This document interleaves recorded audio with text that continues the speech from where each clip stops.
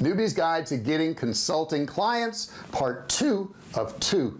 Let's get going. Hey, you know, if you ask any new coaching or consultant or anybody who's trying to sell their expertise, the number one problem they have is, how do I get clients? How do I get clients? How do I get clients? I don't want to be a salesperson. In this video, now this is part 2 of a 2-part series, so if you haven't watched part 1, go back to part 1. There's a link in the description there. Go back and watch part 1 too.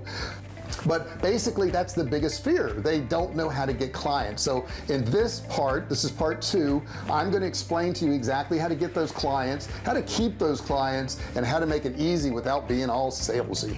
Hey, if you're new to my channel, my name's JR Fisher, and you gotta subscribe. Gotta do that. Go down there to that big subscribe button, hit that subscribe button there. Don't forget, turn on the bell notifications. You got to ring the bell, turn on all notifications.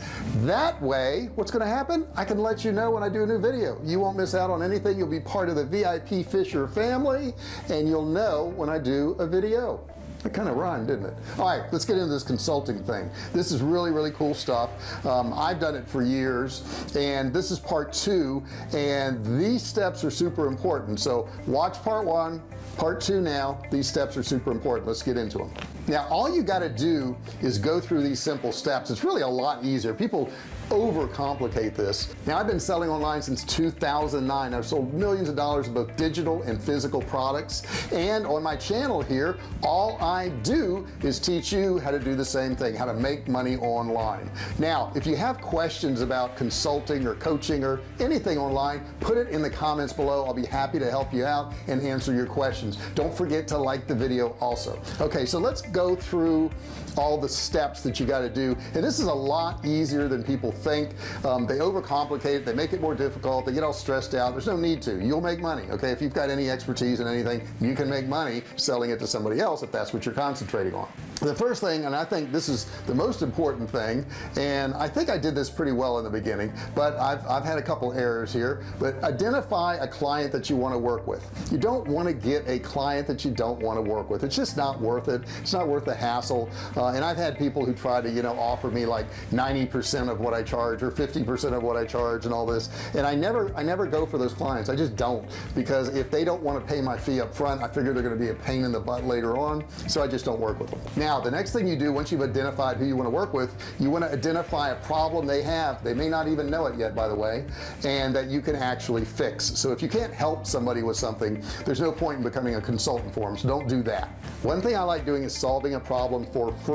I've done that for many people over many years, and I've gotten a lot of clients out of that. I've sold a lot of courses out of that. Understand that you've got to prove that you have value before anybody's going to pay you. They're just not going to pay you until you prove you have value. I'm doing it right now in this video by giving you this information. I'm not getting paid to do this video, though I could get ads and people could buy stuff and all that, but technically I'm doing the video for free. I'm giving you this information for free and hopefully solving your problem for free. Now, ideally, when you find a problem that you know a client has and you decide you're going to help them with it, you've already done this before. You did it for another client someplace else, sometime else, some other business, and you can show them the results that that client got. If you do that up front, they're going to look at you and go, wow, this person really does know what they're doing. They can really help people out. Yeah, I want to go ahead and hire them later on for another job. So you're going to go in there first and help them out with some little problem that they have. The next thing is, for coaching, and what I do is I screen them. I've got to let them know that my time is really valuable. So anybody who wants to be a coaching client of mine has to fill out an application to pay me. I know that's crazy, right? But it makes more sense because that application also tells me a lot of things. It tells me, you know, if they have the money, if they have the time, if they're going to listen to me, if they've got a viable business. All those things matter, because why do I want to even get on a call with somebody who thinks they're going to get everything for free, that they don't have to pay for anything, and they don't have the money, and they don't intend to spend any money? And that's one of the questions, you know, I ask them in my application process is, do you understand that my paid services are paid? Okay, you know, to get me as a coach for you, you're going to have to pay me. Do you understand that? Do you have a budget for that? The next thing I also ask them in their application is, do they have any financial difficulties? Because if they have financial difficulties, they probably won't be able to pay me. So if they say that up front, I don't even bother to contact them. What's the point? So ideally, what you want to be doing with all this is just talking to people who have a problem that you want to work with, that have the money and are willing to spend it on you.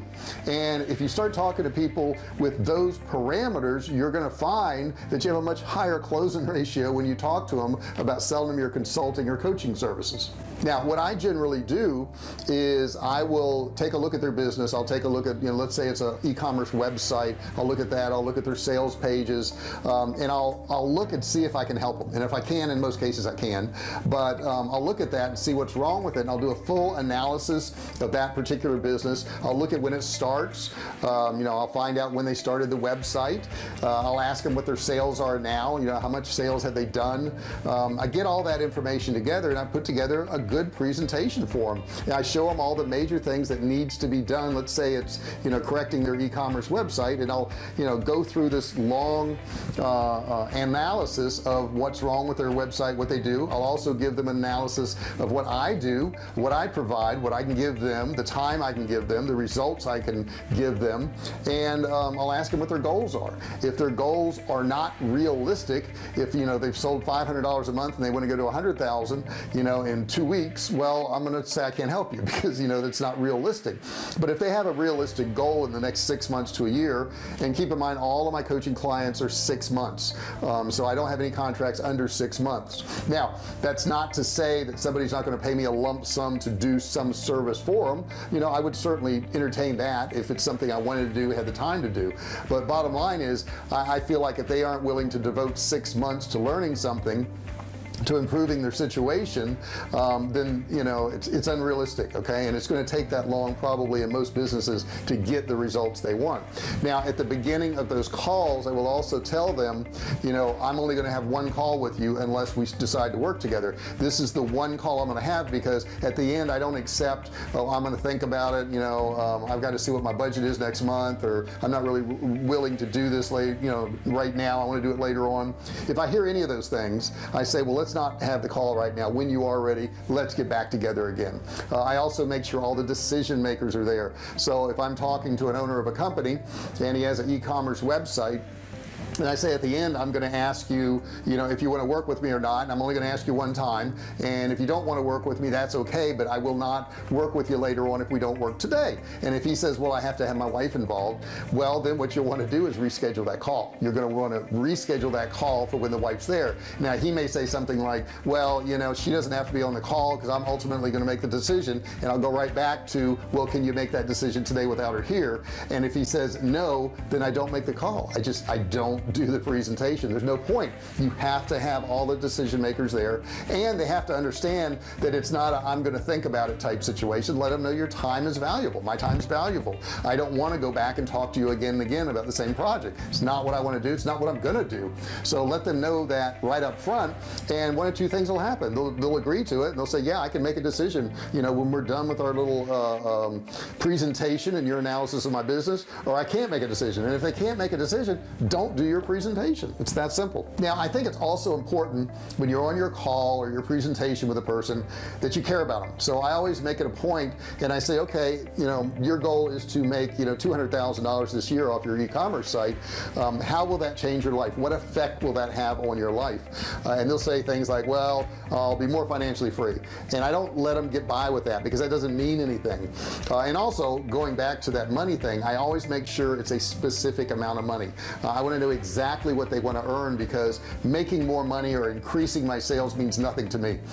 Saying I want to double my sales, saying I want to make 200,000 this year, that's a real number I can work with. We can divide that by 12. We can't divide by 12 increase my sales. It just doesn't happen. Okay, so it has to be specific. And then I will say to them, how will that change your life? And they say, well, I'm going to be more financially comfortable, free. And I'm going to say, what does that mean to you? And they're going to say, well, I mean, I'll just have more money. I don't let them get by with that. I'll say, well, do you want to buy a car? Do you want to upgrade your living? Do you want to get another house? Do you want to travel? And then they'll get more specific. They'll say things like, well, yeah, I'd really like to get a new truck, and I want to move into a 4-bedroom house. We're in a 2-bedroom now, and we just had a new kid, so I want to move into a 4-bedroom house. And I'll say, well, what neighborhood would you like to go to? So more and more specifics. If they say they want to travel, I'll say, where do you want to travel to? And they'll say Asia. And I'll say, where in Asia? And they'll say, well, I don't know, maybe Japan. I'll say, why Japan? And they'll say, well, I've heard about this restaurant there. So you want to really drill down when you're talking to them. And the reason this is so very important is that if I can get all those ideas in their head, it's going to serve two purposes. It's going to let me know what their goals are and can I help them achieve them, and it's going to make them focus in on their goals and make them more likely to do the steps they're going to need to do to get to that point. So it's got to be super specific, guys. I can't impress this upon you enough. You got to even say, when you get to Japan, where are you going to go in Japan? What kind of food you're going to eat there? Where would you like to stay? Really get specific. If you do that, you get more and more and more into their head, and they're more and more likely to actually achieve those goals based on what you're training them to do. So one of the first questions I ask them is that, at the end of 6 months, for you to look back and say we got good results, what would you say occurred? So they may say, well, I doubled my sales, or I got 20% more visitors to my website. Whatever it is you're trying to work on, find out what that specific is, and that is forward pacing. And what forward pacing is getting into their heads that particular thing, and the more they think about it and the more they talk to you, the more they're going to believe that you can help them do that thing. Rest assured, you have to be able to do those things, okay? But when they get that in their head, they're going to be more likely to want to work with you because you've been very specific, and they're going to feel more like that you're the person that can help them. The next thing I would tell you is that you have more value than what you think you do. Consulting and coaching, that's a very specific thing. If somebody says they want my help on e-commerce and selling a product online, I can certainly do that, but they could also just go out and watch random videos. They could take a couple courses. They could do any of that stuff. Why would they hire me one-on-one? Because they're going to get my one-on-one attention. My one-on-one attention is maybe they'll do an ad and they can say, hey JR, in the next call, let's go over this ad, let's create some new ads, and we actually do it, instead of them just trying random things and losing money on ads, which a lot of people will lose money on ads. They have specific things they can work on. So that's why they're going to pay you directly, as opposed to just take your course. And I have courses where people can just take my courses. I have an inner circle where people can join that and get access to my courses and have weekly coaching calls. But when you're a consultant, when you're a coach and you're working one-on-one, they're getting your undivided attention. That has a very high value. I don't know what you want to charge. I've seen people charge as little as 150, 200 bucks an hour. I think that's extremely low. I would be in the thousands an hour right now to do that, because that really takes away from a lot of projects that I want to work on, and to replace those other projects that I'm working on, it's going to be $1,000, $2,000 an hour. It's just what it's going to be, and I know I'm worth it because people have already paid me that. That's how you know, is when somebody pays you something, you have that value. But you probably do anyhow. I don't know what you're consulting on. You probably have that value, and you have not been convinced you have that value yet, but it certainly is there, and there are people that will pay you that, and those are the clients you want. The clients who pay you a huge amount of money are the clients that are more likely to do what you tell them to do, because they're vested. You think about it, somebody who pays you $19 a month to get coaching from you is going to maybe listen, maybe not. If they don't do it, they're going to, hey, it was only 19 bucks. Somebody who pays you $2,000 a month and they get a couple phone calls, they're going to be prepared for those phone calls. They're going to show up on time on those phone calls, and they're probably going to do whatever you tell them to do on those phone calls, and they're probably going to get better results for that reason. So if you charge more, you're really benefiting them, not just you. Now, the last thing I'll tell you is, once you've determined what your price is, and you can say, I normally charge $1,900, and for you I'm going to do $1,500, that's fine, you can do that, but never negotiate your price. Never negotiate it. You can negotiate terms. So I've done that before, where somebody says, hey, I want to work with you for 6 months, can I pay you 3 months in advance, and then I'll pay you the other 3 months. That particular person, I will tell you, did not pay their other 3 months, but that's beside the point.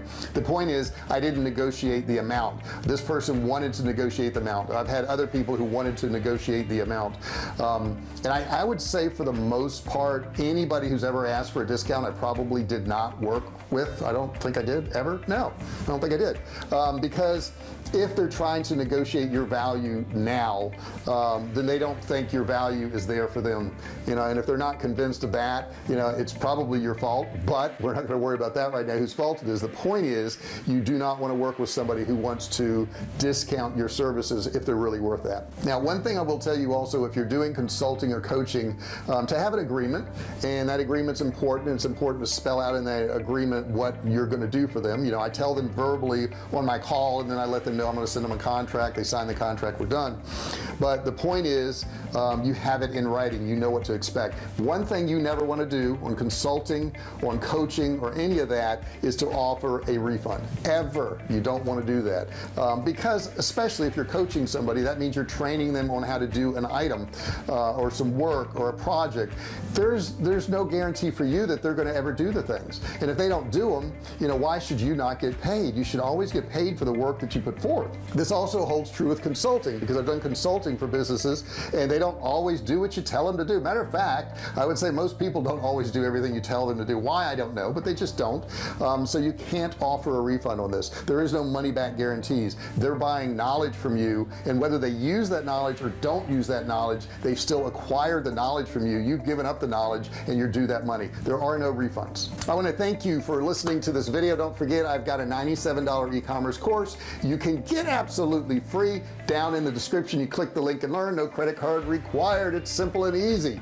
Now, if you haven't watched part 1, you got to go back to part 1 and watch part 1. You want to watch both parts of this series. Super important that you do that. Don't forget to subscribe. Don't forget, ring the bell, turn on all notifications, become part of the Fisher family, the VIP group that gets notified every single time I do one of these videos. Don't forget that. I really appreciate you watching. If you've got questions about this, I know this is a little bit more complicated, these 2 videos are, but if you've got questions about specific clients, about what you're doing, put it in the comments below. I'll be happy to help you out. Thank you so much for watching, and I'll see you in the next video. Hey, thanks for watching my video. Don't forget to subscribe to my channel and click that little bell right there so you can be notified every time I do a new video. Also, click on one of those videos there. Keep watching on my channel.